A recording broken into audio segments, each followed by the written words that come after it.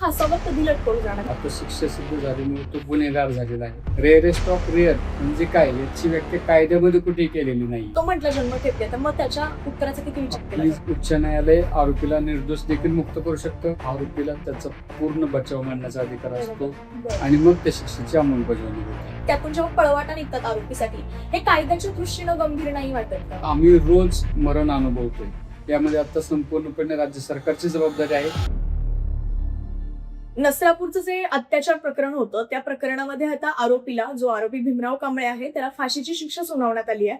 आणि हे जे प्रकरण होतं ते न्यायाधीशांनी रेअरेस्ट ऑफ द रेअरेस्ट केस म्हणून या प्रकरणाला आता सांगितलेलं आहे. पण ही रेअरेस्ट ऑफ द रेअरेस्ट केस नेमकी व्याख्या काय आहे? कुठल्या प्रकरणांमध्ये आपण असं म्हणू शकतो की हे प्रकरण रेअरेस्ट ऑफ द रेअरेस्ट म्हणजे दुर्मिळातलं दुर्मिळ आहे? आणि यासोबतच या सगळ्यामध्ये जेव्हा आपण युक्तिवाद पाहतो त्यावेळेस न्यायाधीशांनी असंही म्हटलं की वयाच्या व्यतिरिक्त कोणतीही गोष्ट आरोपीच्या बाजूने जात नाहीये. तर हे सगळं नेमकं वयाचा विचार किंवा वयाचा फॅक्टर या सगळ्या प्रकरणांमध्ये किती महत्वाचा ठरतो? आणि आता फाशीची शिक्षा सुनावण्यात आली आहे, पण फाशी नेमकी होणार कधी? त्याला फासावर लटकवलं कधी जाणार? आणि या सगळ्यासाठीची परत प्रक्रिया काय असणार? या सगळ्याच बाबत आपल्याला चर्चा करण्यासाठी ऍडव्होकेट अतुल पाटील सर जोडले गेलेत. सर खूप स्वागत आहे पहिलं तर तुमचं ऑडिबल मध्ये. तुम्ही पाहिलं असेल आता की जे नसरापूर प्रकरणातील आरोपीला फाशीची शिक्षा सुनावण्यात आली आहे. पण आमचा प्रश्न असा आहे किंवा अनेकांना वाटतं की शिक्षा सुनावली पण आता त्याला फासावर कधी लटकवलं जाणार? ह्याची प्रक्रिया नेमकी काय असते पुढची? आज फक्त या केसचा विशेष न्यायालयाचा निकाल आलेला आहे. न्यायालयाने परिस्थितीचं गांभीर्य किंवा सगळे साक्षी पुरावे पाहून या आरोपीला दोषी ठरवलं आहे आणि शिक्षेचा विचार करताना ही केस दुर्मिळात दुर्मिळ असं समजून त्याला फाशीची शिक्षा सुनावण्यात आलेली आहे. या पुढची न्यायालयीन प्रक्रिया म्हणजे आता या केसचं डेथ सेंटेन्स कन्फर्मेशन होईल. मुंबई उच्च न्यायालयामध्ये हे प्रकरण जाऊन ती जी डेथ सेंटेन्स दिलेली आहे ती कन्फर्म होईल. त्याच्यावरती सुनावणी होऊन तिथल्या न्यायालयाला अधिकार आहे ती कन्फर्म करायचा. ती केस कन्फर्म झाल्यानंतर संपूर्ण शिक्षा आणि दोष सिद्धी याच्यावरती आरोपीला मेहरबान उच्च न्यायालयामध्ये दाद मागण्याचा अपील करण्याचा अधिकार आहे. त्या अपिलामध्ये जर या आरोपीची शिक्षा कायम राहिली तर तो पुन्हा एकदा सुप्रीम कोर्टमध्ये सेकंड अपील करू शकतो. आणि सेकंड अपील मध्ये देखील शिक्षा कायम राहील तर त्याच्याकडे राष्ट्रपतींकडे दयेचा अर्ज करण्याची एक मुभा आहे, सवलत आहे. आणि जेव्हा राष्ट्रपतीकडून दयेचा अर्ज फेटाळला जाईल त्यानंतर पुणे जिल्हा न्यायालयातून त्याचं डेथ वॉरंट निघतं आणि मग त्या शिक्षेची अंमलबजावणी होते. ही संपूर्ण त्याची कायदेशीर प्रक्रिया आहे. पण आता तुम्ही म्हणलात की त्याला अनेक पुढे पण प्रक्रिया आहेत त्याला त्या फाशीपासून वाचण्यासाठी किंवा स्वतःच्या बचावासाठी. आणि तो अर्थात एक आरोपी म्हणून आपण विचार करता प्रत्येक जण त्या प्रक्रियेला पण सामोरं जाईल तो आरोपी म्हणून. मग याच्यात जर त्याची शिक्षा ही रद्द होऊ शकते आणि जर झाली तर मग त्याची पुढची प्रक्रिया काय असू शकते? आणि तुम्ही जो उल्लेख केला डेथ सेंटेन्स कन्फर्मेशन किंवा कन्फर्म ते केलं जाईल, ती नेमकी प्रक्रिया काय असते? या न्यायालयाने साक्षी पुराव्यांचा कशा अंगाने विचार केलेला आहे ते साक्षी पुरावे कायद्याच्या कसोटीवरती तितपत टिकलेले आहेत. आणि संपूर्ण न्यायालयीन प्रक्रिया किंवा इन्व्हेस्टिगेशन हे किती कायदेशीरपणे झालेलं आहे याचं संपूर्ण उहापोह उच्च न्यायालयामध्ये होतो. जर उच्च न्यायालयाला वाटलं की इथे काही तांत्रिक बाबींची कमतरता झालेली आहे, त्रुटी आहेत, साक्षी पुराव्यामध्ये काही विसंगती आहे, तर उच्च न्यायालय आरोपीला निर्दोष देखील मुक्त करू शकतं किंवा शिक्षेच्या प्रमाणामध्ये घट होऊ शकते. फाशीची शिक्षा 2 जन्मठेपेची शिक्षा होऊ शकते किंवा जर न्यायालयाला वाटलं की सर्व इन्व्हेस्टिगेशन आणि सर्व ट्रायल ही परिपूर्ण झालेली आहे तर त्याची शिक्षा कायम राहते. आता या सगळ्यामध्ये जेव्हा न्यायाधीशांनी म्हटले की दुर्मिळात दुर्मिळ म्हणजे रेअरेस्ट ऑफ द रेअरेस्ट केस आहे, नसरापूरच्या प्रकरणात बदलापूरच्या प्रकरणात पण असे एक सिद्धांत किंवा असं बोललं गेलं होतं. पण हे जे आहे रेअरेस्ट ऑफ द रेअरेस्ट केस म्हणजे नेमकं कोणत्या प्रकरणांमध्ये अशी व्याख्या मांडण्यात येते किंवा ते प्रकरण किती गंभीर असावं लागतं जेव्हा आपण हे निरीक्षण नोंदवता येतं न्यायालयाला? मुळात तसं पाहिलं तर फाशीची शिक्षा किंवा मृत्यूदंडाची शिक्षा जगातल्या अनेक देशांनी बंद केलेली आहे. काही निवडक देशांमध्येच ही तरतूद राहिलेली आहे. त्यापैकी भारत देश आहे. भारत देशामध्ये गुन्हेगारांची मानसिक वृत्ती, त्यांची पार्श्वभूमी, गुन्हा करताना केलेली कार्यपद्धती या सर्व गोष्टींचा विचार करून मृत्यूदंड द्यायचा की नाही हे ठरवलं जाते. रेअरेस्ट ऑफ रेअर म्हणजे काय याची व्याख्या कायद्यामध्ये कुठेही केलेली नाही. परंतु आजपर्यंतचे ज्या काही मृत्यूदंडाच्या शिक्षामध्ये अपील झालं, सर्वोच्च न्यायालयापुढे प्रकरणी गेली त्यावेळेस सर्वोच्च न्यायालयाने फाशीची शिक्षा योग्य आहे की नाही हे ठरवण्यासाठी काही स्वतः क्रायटेरिया तयार केलेला आहे किंवा त्याचा विचार केलेला आहे. बरं.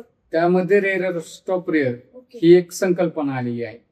रेअरेस्ट ऑफ रेअरचा विचार करताना तो गुन्हा करताना केलेली कार्यपद्धती बरं. किती निष्ठुरपणे, फक्त गुन्हा गंभीर आहे असं नाही, सर्व म्हणजे साधं पाकिस्तानीचा गुन्हा देखील गंभीरच असतो. पद्धत कुठल्या पद्धतीने त्याने हा. गुन्हा केलाय. खूनाचे प्रकरण आपण नेहमी पाहतो. पक्षोचे केसेस देखील बरोबर. आता हो. देशभरात हजारो आहेत. होत आहे. हो. लैंगिक अत्याचार करून एखाद्या व्यक्तीचा मृत्यू, व्यक्तींचं खून करणे अशी प्रकरणे भरपूर घडत आहेत. परंतु ही केस रेअरेस्ट ऑफ रेअर मध्ये आणण्यासाठी तो गुन्हा करताना केलेली कार्यपद्धती, किती अमानुषपणे तो गुन्हा केलेला आहे, लैंगिक अत्याचाराचा आणि खुनाचा, बरं. हे देखील पाहिलं जातं.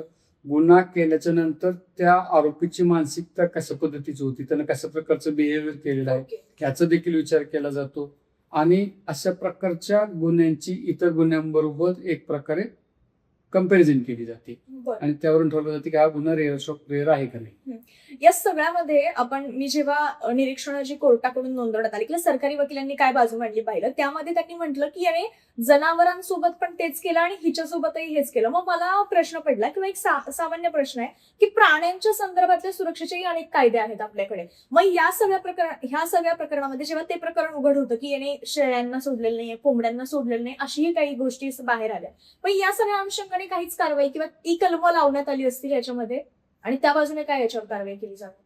जेव्हा ही एफआयआर या गुन्ह्याची घडली, त्या चिमुकलीच्या बाबतीतली, त्यावेळेस जो गुन्हा समोर होता त्या अनुषंगानेच ते कलम लावली जातात. बरं.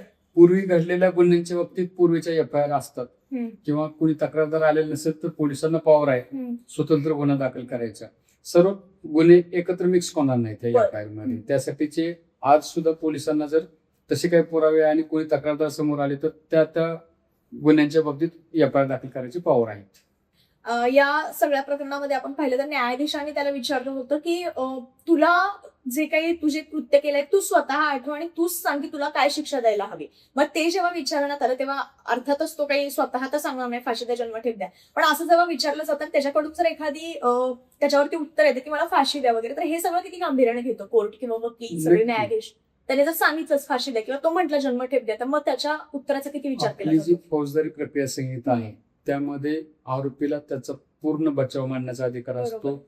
त्याने दिलेल्या वकिलाच्या व्यतिरिक्त थेट न्यायाधीशांचं आणि आरोपीचं संभाषण व्हावं, सत्य समोर यावं, त्याची बाजू ऐकण्यात घ्यावी स्वतः न्यायाधीशांनी, म्हणून देखील एक स्वतंत्र कलम आहे. त्या कलमाखाली आरोपीला न्यायाधीश संपूर्ण पुरावे वाचून दाखवतात, काय त्याच्या विरुद्ध पुरावे आलेले साक्ष ते सांगतात आणि यावरती तुझं काय म्हणणं आहे हे स्पष्टपणे स्वतः थेट जज आरोपीला विचारतात. त्यावेळेस आरोपी जे काय उत्तर देतो ते लिहून घेतली जातात आणि त्याचा निकाल देताना विचार केला जातो आणि ते सर्व कायदेशीर प्रक्रियेमध्ये आहे. तुम्ही पहिल्याच उत्तरात सांगितलं की त्याला बचावासाठी त्याची पूर्ण प्रक्रिया त्यालाही पार पाडायला देते, म्हणजे कोर्ट किंवा वकील, सगळे न्यायालय. पण या सगळ्यात जर आपण काही दयेचा अर्ज, जसं तुम्ही म्हणालात की राष्ट्रपतींकडे जाण्याचाही त्याला हे असतो, माफी दयेचाच अर्ज मला वाटतं तो, आणि त्यामध्ये जर त्याची शिक्षा किंवा त्यामध्ये पण हा सगळा विचार केला जाणार की त्यांनी किती क्रूरपणे हे केलेलं आहे, की त्यात पण आणखी वेगळे निकष असतात का त्याला दयेचा अर्ज स्वीकारताना किंवा त्याची ती शिक्षा रद्द करताना? असतात. त्या प्रत्येक पायरीवरती न्यायालयांकडून किंवा मेहरबान राष्ट्रपतींकडून या प्रकरणाची संपूर्ण फाईल तपासली जाते आणि अतिरिक्तपणे राज्य सरकारचं म्हणणं देखील पोलिसांच्या थ्रू मागवलं जातं की आजची परिस्थिती काय आहे, या गुन्ह्याच्या बाबतीतलं स्टेटस काय आहे, या सर्व गोष्टींचा विचार करून त्यावेळेस ते कन्फर्मेशन आणि अपील किंवा दयेच्या अर्जाची सुनावणी होत असते. हा खटला खरं तर जो होता नसरापूरचा, तो देशातला किंवा इतिहासातला असाय जो 55 दिवसात त्याचा निकाल आलेला आहे, न्यायनिवाडा झालाय. पण पुन्हा प्रश्न तोच की या सगळ्यात फाशी नेमकी द्यायला किंवा त्याला मृत्यू कधी येणार, ही सगळी शिक्षा कधी सुनावली जाणार. आता ही पुढची प्रक्रिया तर तुम्ही सांगितली, पण या सगळ्याला किती दिवस किंवा किती महिने अजून लागू शकतात आणि त्याला फासावर चढवणं येऊ शकतं? या सगळ्या साधारण किती दिवसांची असतील? खरं पाहिलं तर पुढच्या न्यायालय प्रक्रिया एवढ्या दिवसात संपवण्यात यावी अशी कुठलीही कायद्याने तरतूद नाहीये. हो. ज्या पद्धतीनं हा खटल्यामध्ये पोलिसांनी एकदम त्वरेने तपास केला, त्वरित चार्जशीट दाखल केलं आणि न्यायालयांसमोर देखील सर्व साक्षीदारांची आणि पुराव्यांची पडताळणी लवकरात लवकर झाली, एकदम शीघ्रगतीने किंवा आपण म्हणतो डे टू डे बेसिसवरती. अशा पद्धतीने जर उच्च न्यायालयामध्ये आणि सर्वोच्च न्यायालयामध्ये जर सुनावण्या झाल्या त्वरित, तर अवघ्या काही महिन्यांमध्ये देखील फाशीच्या शिक्षेची अंमलबजावणी होऊ शकते. अच्छा, आणि त्याचे जे आधीचे प्रकरण किंवा आधीचे जे काही खटल्यांचा संदर्भ देण्यात आला त्यामध्ये अनेक फाशीच्या शिक्षांमध्ये रद्द करण्यात आलं, आपण मी म्हटलं तसं.